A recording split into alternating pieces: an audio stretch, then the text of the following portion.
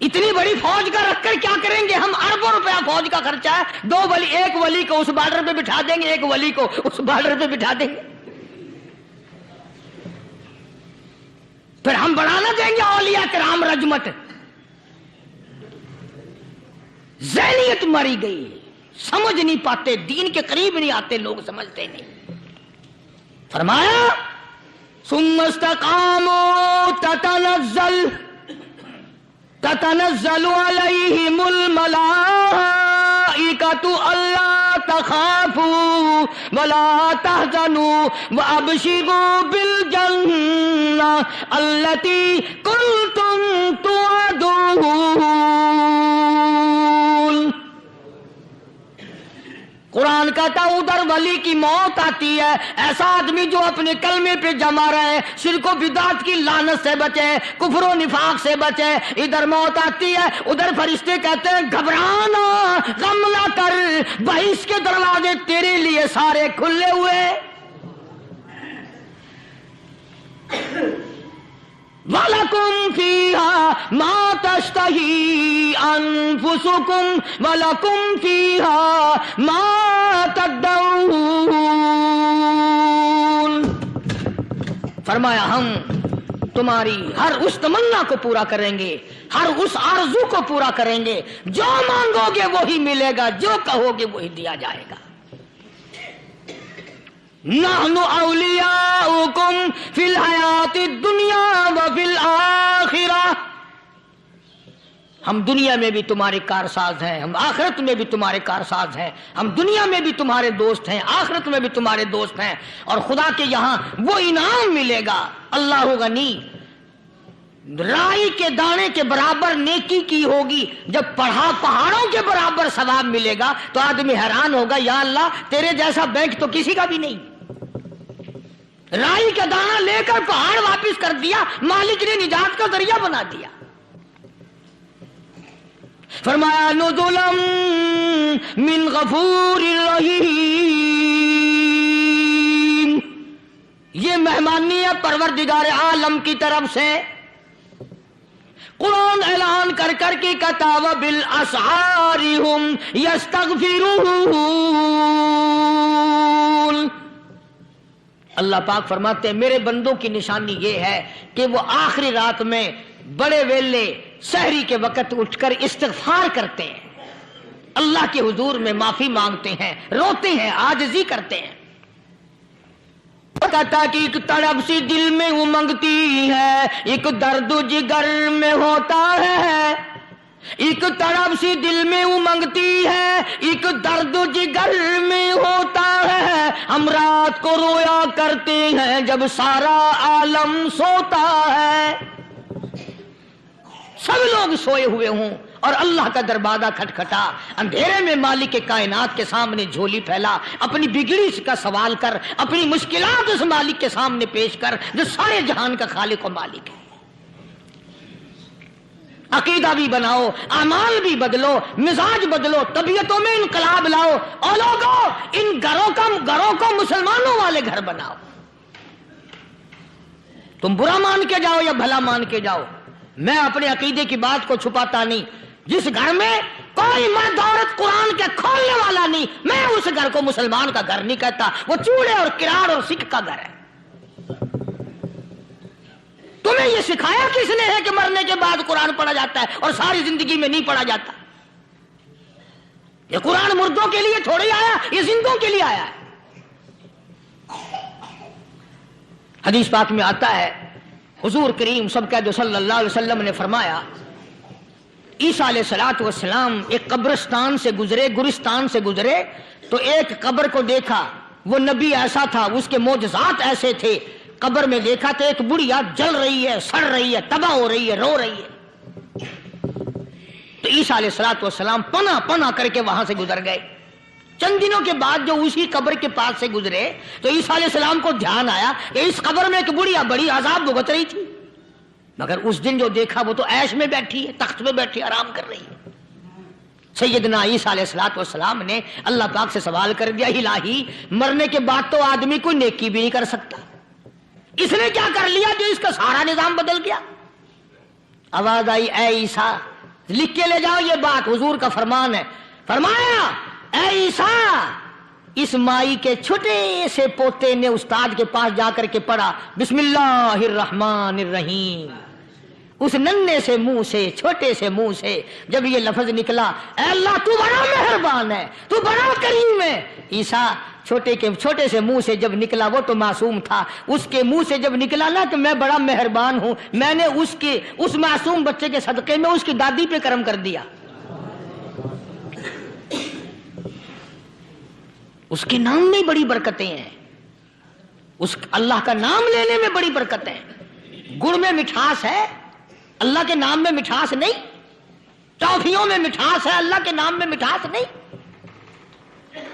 تم نے چکھ کے نہیں دیکھا، اگر تم چکھ لو، خدا کی قسم دنیا کی کوئی چیز اچھی نہ لگے اللہ کے نام کے مقابلے میں۔